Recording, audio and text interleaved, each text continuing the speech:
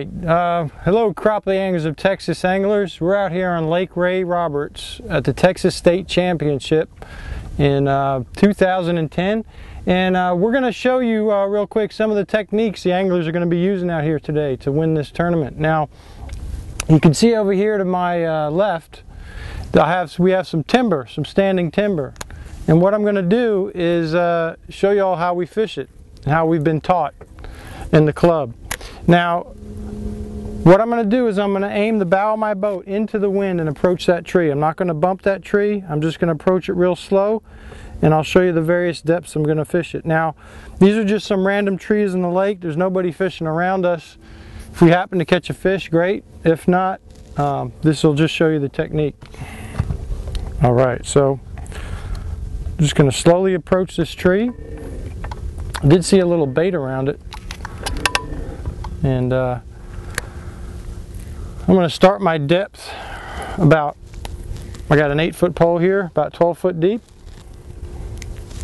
What Paul O'Beer likes to call pole deep. A lot of limbs up on this tree. Did see a little bait on it too. All right. Going to let that jig down pole deep.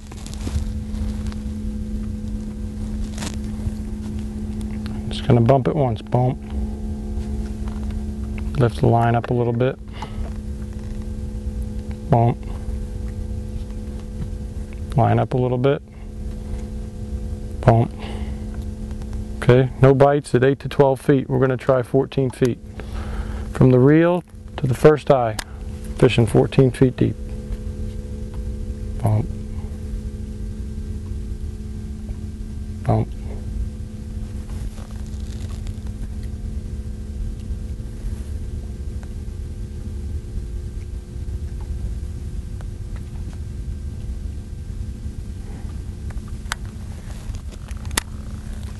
$16 feet.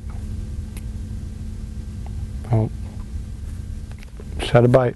16 feet deep.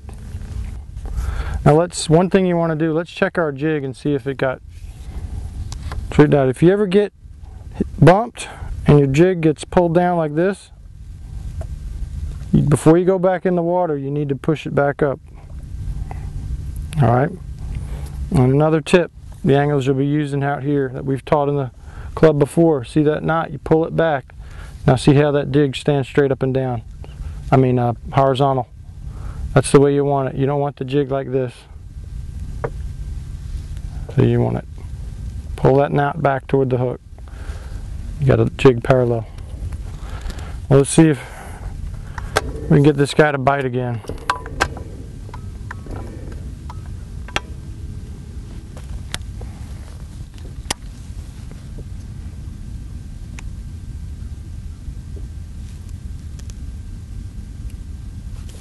There he is, the fish.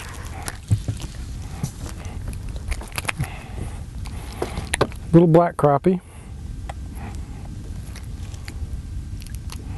And that's how you fish timber on Lake Ray Roberts. Go back and see if his mom is home.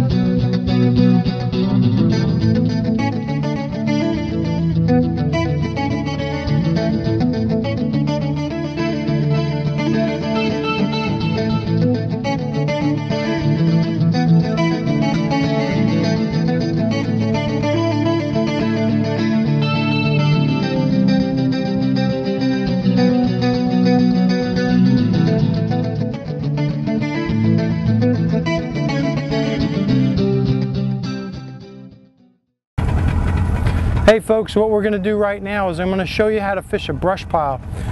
We got our buoy here that we're going to mark it with, and I'm going to have the cameraman come over here and take a look at the screen and see what we're seeing on the bottom. I'm going to run over it, and once we see that come up on our graph, I'm going to throw the buoy into the wind, probably a good 10 feet away from the brush. Okay? As you can see, we have something on the bottom here. We're going to use this as our example brush pile. Okay? We're right on top of it. So what I'm going to do, the wind's coming towards us, I'm going to throw the buoy up about 10 feet in front, 10-15 feet in front of the brush. Okay, you can see my buoy. The wind's blowing towards us. Okay, the wind is very light today. With the wind blowing towards us, all I'm going to do is aim toward that buoy, and I'm going to bump my trolling motor as the wind pushes me back. One of the bigger mistakes that people make when they're trying to fish on brush is they hold the button down on their trolling motor. They usually have their trolling motor cranked up too high on their power, and you end up doing kind of an S back and forth. You can't seem to control the boat. It just keeps doing like this. So all you want to do is, if you get into that situation, take your foot off of the button and point the trolling motor where you want it and just bump it forward, just like I'm doing here. Okay, on my front graph I can begin to see some brush, so I'm going to get my jig down and fish it. We're fortunate today, have a little bit of wind, but this is how to fish a brush pile and not have to use an anchor.